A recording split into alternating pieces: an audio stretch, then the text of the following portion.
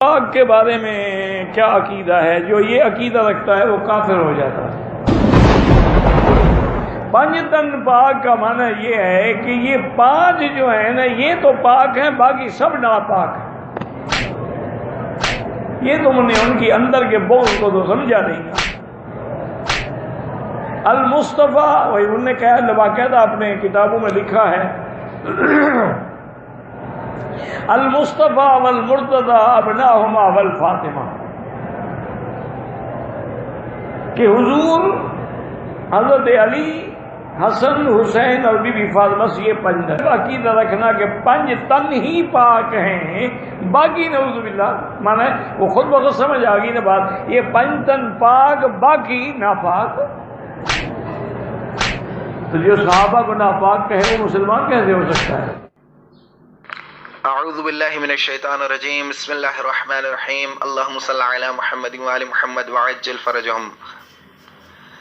السلام علیکم ورحمۃ اللہ وبرکاتہ۔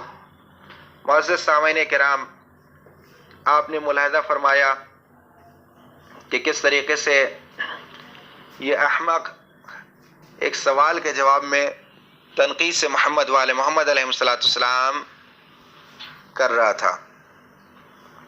البتہ اس کی ذات سے کوئی بعید بھی نہیں ہے، اس لیے کہ اللہ سبحانہ وتعالیٰ نے اس کے دل پہ مہر لگا دی، اور چونکہ یہ رجس ہے، نجاست ہے، کثافت ہے، گندگی ہے، تو اللہ سبحانہ وتعالیٰ نے رجس کو اہل بیت علیہ السلام سے دور فرمایا، تو یہ نجس پلیت ان کے پاس جا نہیں سکتا، ان سے آشنائی حاصل نہیں کر سکتا، ان کی معرفت پیدا نہیں کر سکتا، تو یہ اس طریقے کی باتیں کرے گا۔ کہنے کو تو اسے مکی حجازی کہا جاتا ہے، مگر یہ کسی کارٹون سے کم نہیں ہے، لہٰذا اسے مکی ماؤس کہا جائے تو وہ زیادہ مناسب ہے، اور اس کی ذات سے میل بھی کھاتا ہے۔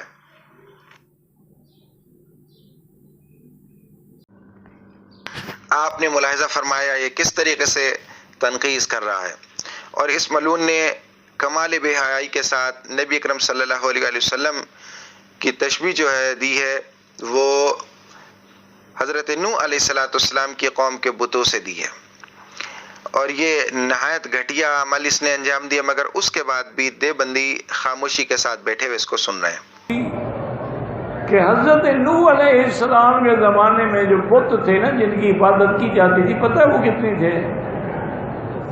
وہ بھی پنج تن تھے، ودن، سوان، یغوثا، یعوقا، نصرا، قرآن میں یہ پنج تن اس وقت سے چلے آ رہے ہیں۔ دیوبندیوں کا مسئلہ یہی ہے کہ وہ اپنے اکابر کی پوجا اسی طریقے سے کیا کرتے ہیں کہ جس طریقے سے مسلمان اللہ سبحانہ وتعالیٰ کی عبادت کرتے ہیں۔ تو کسی کے منہ میں زبان نہ آئی اور کسی نے اس ملعون کو جواب نہیں دیا کہ اس نے کس طریقے سے نبی اکرم صلی اللہ علیہ وسلم کی توہین کی، اور یہ اپنی بات پہ بھی قائم نہیں رہ سکتا۔ یہ کہتا ہے کہ جو صحابہ کو ناپاک مانے وہ کیسے جو ہے وہ مسلمان رہ سکتا ہے۔ تو اس جاہل سے ہمارے ایک سوال ہے کہ پھر بخاری میں جو بدترین منافق کو نبی کرم صلی اللہ علیہ وسلم نے اپنا صحابی مانا، تو کیا یہ پھر اس صحابی کو، اس منافق کو بھی جو ہے طیب و طاہر، پاک و پاکیزہ مانے گا؟ خیر، جو اس نے استدلال کیا، ذرا اس کے استدلال کے زد میں دیکھتے ہیں کہ کون کون آ گیا۔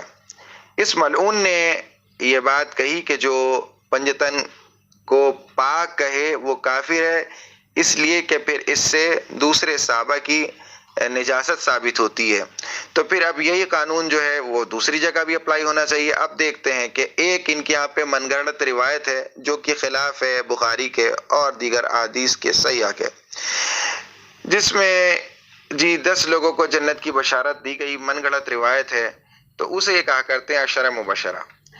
تو اس کا مطلب یہ ہے کہ عشرہ مبشرہ والی روایت کو ماننے والا بھی کافر ہوگا، اس لیے کہ جنت کی بشارت 10 کے لیے ہے، تو اب اس کے سوا جتنے بھی صحابی ہیں وہ سب کے سب جہنمی ہیں۔ اب دیکھتے ہیں اس کی زد میں کون آیا۔ سب سے پہلے اس کی زد میں احمد ابن حنبل کو لے کے آتے ہیں کہ اس نے اپنی مسند کی جو شروعات کی ہے، اس میں جو مسند اس نے پہلی جو مسند میں جن لوگوں کو شمار کیا، تو اس کا اس عنوان ہی اس نے مسند کا رکھا ہے عشرہ مبشرہ کی مسند۔ تو اب اس زد میں آ کے تو احمد ابن حنبل بھی کافر ہو گیا، اور کافر کو ماننے والا خود یہ مکی ماؤس بھی کافر ہو گیا۔ تو کیا دیوبندیوں کے پاس اس کا کوئی جواب ہے، یا خود یہ مکی ماؤس اس چیز کا جواب دے گا کہ جب پنجتن پاک علیہ السلام کو پاک کہنے سے تمام صحابہ نجس ہو گئے، تو پھر 10 کو جنتی کہنے سے دوسرے صحابی جہنمی ہوئے یا نہیں ہوئے؟